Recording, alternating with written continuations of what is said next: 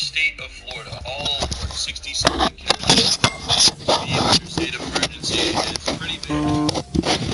Uncertainty still about where exactly this storm is going to end up going, and it does have the potential to impact any county in Florida. All 67 potentially could be affected. So I've declared a state of emergency for the entire state, all 67 counties. And then yesterday we submitted a request to the president for a pre-landfall to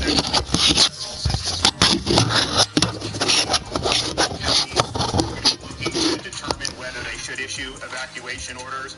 And our message here from the state government is basically, listen to the folks that are in charge locally, because they're going to assess these conditions. They're monitoring the storm. If you live in an evacuation zone and they tell you to evacuate, heed those orders. Obviously, you still have some time to prepare because the storm has slowed down. So if you haven't made the preparations, please do so now. We're also sensitive to, the need for water and fuel, and we're making accommodations to be able to get more of that down there. Now, a lot of people call hurricanes over-exaggerated and a way to sell gas and water, etc. And I understand it. To be honest, I might have believed that a little bit to an extent. But as the years have gone by and as I've seen what these storms can do firsthand, you really have to take it serious. You just have to. The devastation we've seen in the last 2 years, where literally entire towns were swept off the map. I stopped taking these storms lightly. Hurricane Irma caused damage across the entire state of Florida. I was 100 miles away from where the eye of that hurricane. Welcome to Cape Line. And my entire town still got pretty ripped up.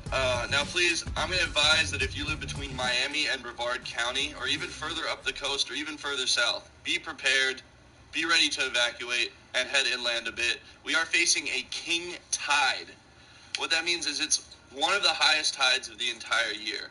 Typically, during king tides, there's already flood warnings, and if there's a hurricane hitting during a king tide, it's not going to be good for any of the places that are in flood zones that are below sea level.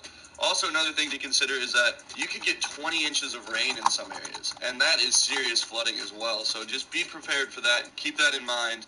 Find a good, strong building to take cover. Best bet as of right now is probably to go to the middle of the state to take cover, just in case this thing takes a path that it says it's going to take. The whole East Coast should definitely be ready. If this hurricane hits Florida as a Category 4, it's not going to be pretty for the areas it hits directly. Unfortunately, if it is a Category 4 and it makes direct landfall, we can assume there will be a loss of life, destroyed homes. It would be pretty close to the worst case scenario. Now, to me, for what I'm seeing, the craziest, and some would say the scariest part about this storm is, and all storms, is that it's very unpredictable. There's a lot more factors than there normally is. We have another low pressure system that's pulling it towards the Gulf, and there's another shear north. So this thing could really go wherever it wants. Some of the models show it hitting Miami and going into the Gulf of Mexico, up past Tampa and Clearwater where I live, and ending up in the Panhandle in North Florida. Some models show it scraping straight up the East Coast and going all the way to Jacksonville with sustained winds of 100 plus miles an hour. So literally the entire East, still too early to tell where evacuation is going to be needed. As of right now, if you live on the East Coast, I would say just stay on your toes. We still have 3...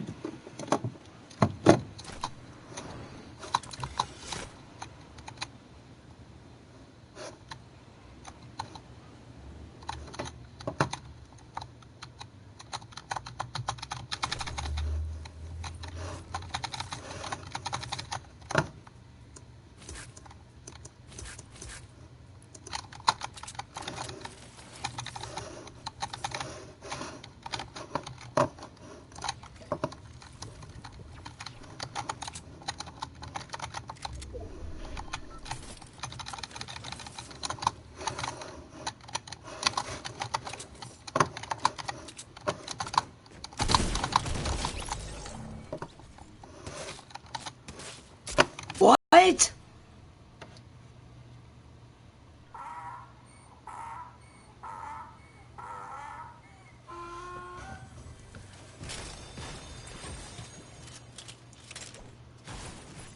Booga don't play like that, so I know it's not him.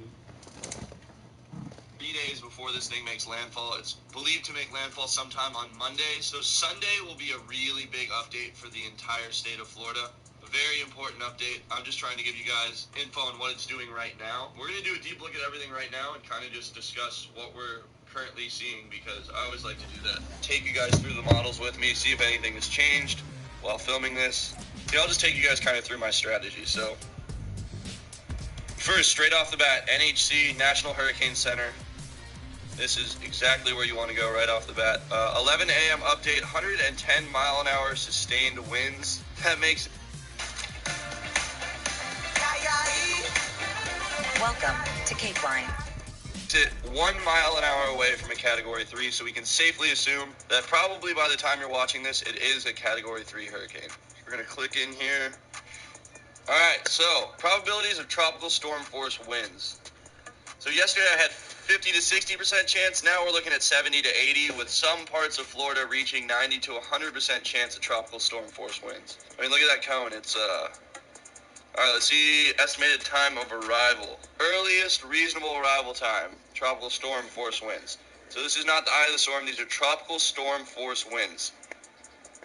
As early as Sunday, we are going to be seeing tropical storm force winds, so be ready for that. Yeah, Monday morning, Florida is going to be seeing some serious winds, and then it's only going to get worse and crazier into Tuesday. Wow, this track does not look good.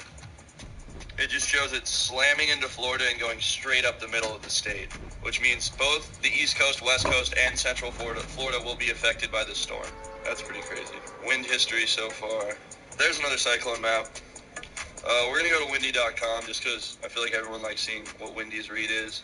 That's where the storm currently is. We're going to go into Saturday at 8 a.m., heads towards Marsh Harbor, kind of dips south a little bit, heads straight west into Sunday. Marsh Harbor, as it shows here, is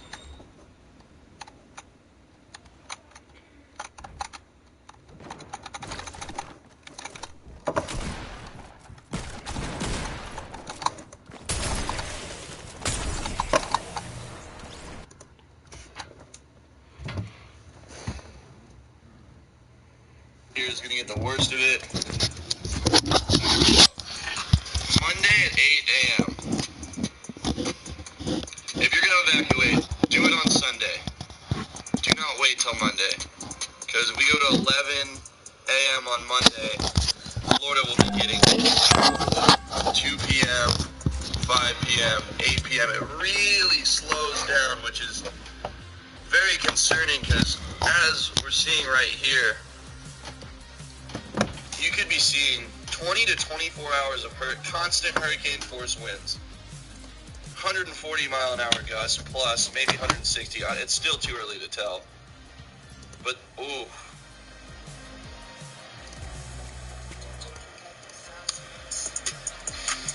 That is a very, very scary track. For it to just pull straight up the East Coast like that is not a good scenario.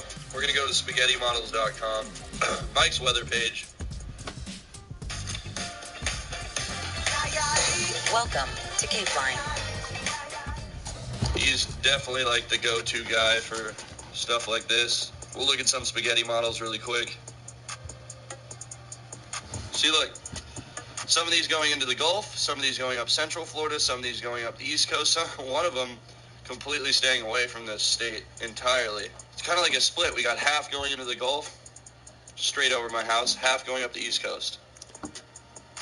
See what these ones say. Wow.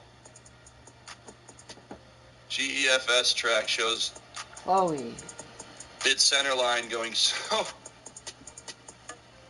straight over my house, into the Gulf, up to the Panhandle. And this is exactly what I was saying. It's so unpredictable because half the models are going up the East Coast, half the models are going into the Gulf, but no matter what, they're not far off. They really aren't far off. We're going to go look at the Euro. Going to want to look at the H-Wharf on Dorian. Alright. Cruising along. Hits Marsh Harbor in the Bahamas. I'm gonna just keep my face cam right here. Smacks Florida. Oh my gosh. Direct hit. Cruises into the middle of the state. Heads up north. That's all we got. So this is another model that's showing it going up the central state of Florida. And it's not a favorable outcome. Oh yeah, just stay on your toes. It's still too early to tell, but there is no good news. I'm going to wrap this up by saying just keep your eyes open. Tomorrow's update is going to be very important. Sunday's update.